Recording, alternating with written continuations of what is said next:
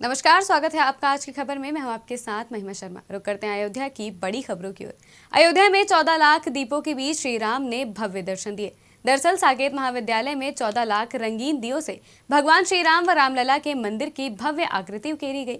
इस दौरान 1100 से अधिक कलाकारों ने दीप प्रज्वलित कर श्री राम के मुख पर मुस्कान बिखेरी और अपने आराध्य को मुस्कुराता देख जय श्री राम के उद्घोष से पूरा गगन गुंजायमान हो गया। वहीं पद्म विभूषण रामभद्राचार्य के जन्मोत्सव की पूर्व संध्या पर आयोजित समारोह में सांस्कृतिक कार्यक्रम का भी आयोजन हुआ। अयोध्या में पर्यटकों की सुविधा के लिए आरटीओ प्रशासन और अयोध्या मंडल भी कार्य में जुट गया है।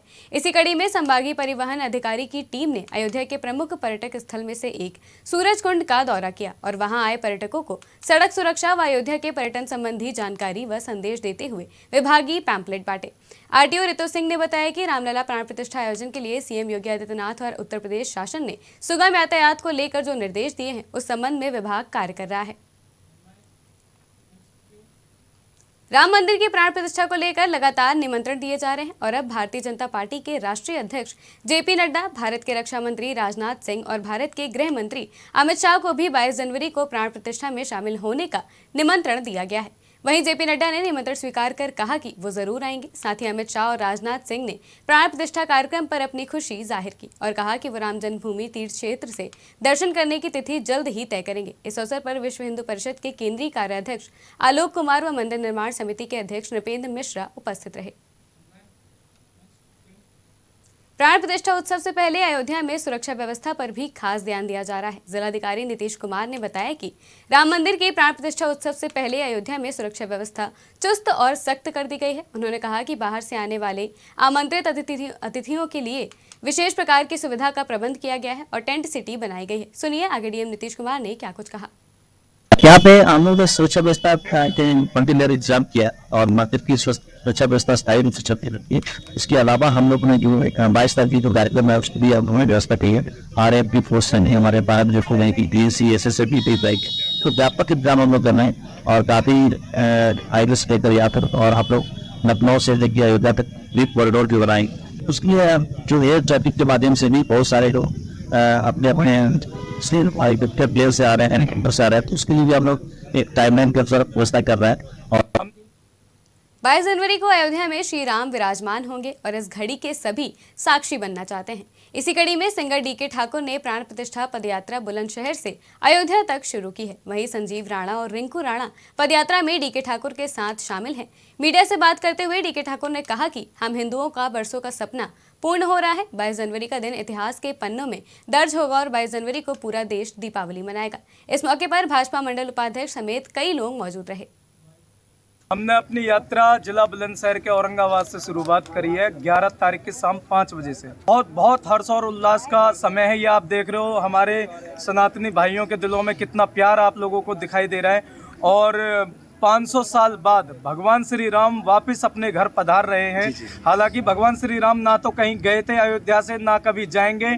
और ये जो कुछ चोर जिन्होंने उनके घर को तोड़ दिया था, उन चोरों की छाती पर फिर से भगवा झंडा लहराने के बाद में 22 जनवरी को अयोध्या में होने वाले रामलला की प्राण प्रतिष्ठा समारोह को लेकर पूरे देश में उत्साह दिख रहा है। देश के कोने कोने से श्रद्धालु अपनी आस्था व श्रद्धा के साथ अयोध्या पहुंच रहे हैं।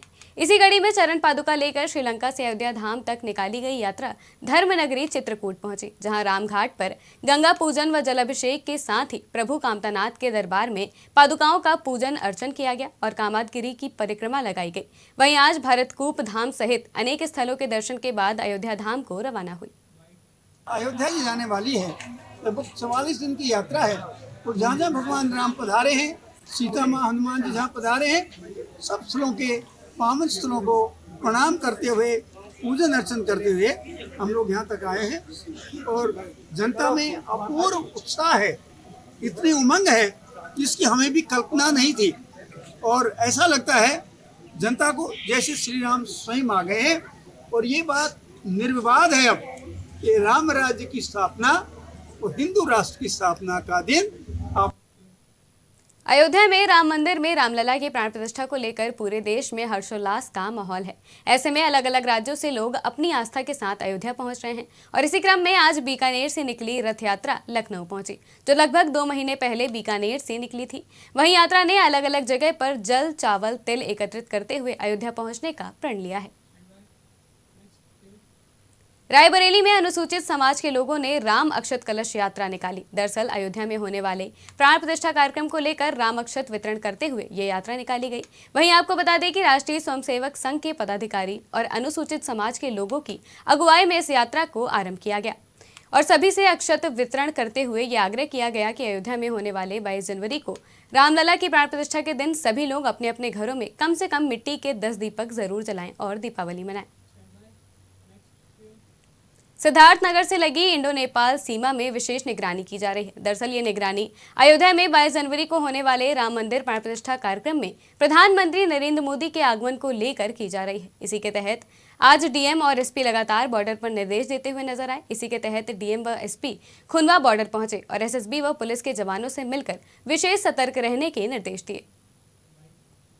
हम लोग आमतौर पे बॉर्डर एरियाज पे वैसे भी सतर्क रहते ही हैं, लेकिन अभी जो 22 तारीख को प्रोग्राम होना है माननीय प्रधानमंत्री जी का अयोध्या में, उसके मद्देनजर मेरे द्वारा, डीएम साहब के द्वारा, एसएसबी के द्वारा यहाँ पे आज चेकिंग की गई है और यहाँ पे जो भी हमारी फोर्सेस लगी हैं बॉर्डर में, उनको इंस्ट्रक्शंस दिए गए हैं कि नॉर्मली जो चेकिंग हो रही है उसको और बढ़ा के यहाँ पे बहुत मुस्तैदी से ये लोग रहें और किसी प्रकार की कोई घटना यहाँ ना घटने पाए। जो भी गाड़ियाँ आ रही हैं, लोग आ रहे हैं, उनकी चेकिंग की जाए और अगर कोई संदिग्ध व्यक्ति मिलता है या कोई संदिग्ध घटना मतलब प्रकाश में आती है या कोई संदिग्ध वस्तु मिलती है तो तत्काल हम लोग को सूचित किया जाए, जिसमें हम लोग आगे उसमें कार्रवाई करें।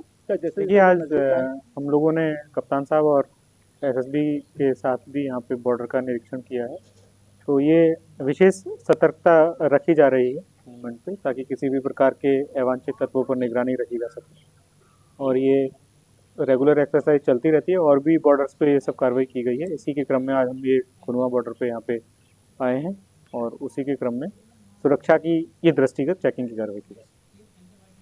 प्रयागराज जनपद के हंडिया में भोजपुरी गायक नरेंद्र माही ने आज की खबर संवाददाता से खास बातचीत की और बताया कि 22 जनवरी को रामलला आ रहे हैं और आगे क्या कुछ कहा नरेंद्र माही ने, आप भी सुनिए।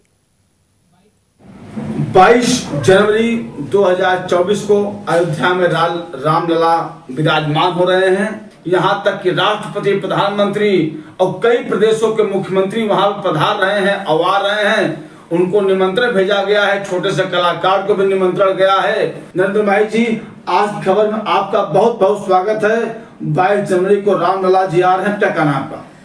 सबसे पहले आज की खबर के माध्यम से जितने भी देश के कोने कोने में माँ, बहन, बेटी, भाई, पिता समान जितने भी लोग हैं, सबको राम लला की जो स्थापना हो रही है अयोध्या में, आपको ढेर सारी शुभकामनाएं, बधाई। जो कि 500 साल की वो शुभ घड़ी आई है आप सबके बीच में, जो कभी उम्मीद नहीं था लोगों का, लेकिन मतलब इतना मुझे खुशी हो रहा है जिसका कोई ठिकाना नहीं है।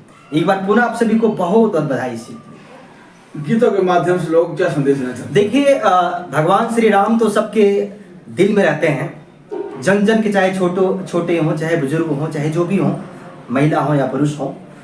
तो 2 लाइन भाव है, हाँ, श्री राम जाने के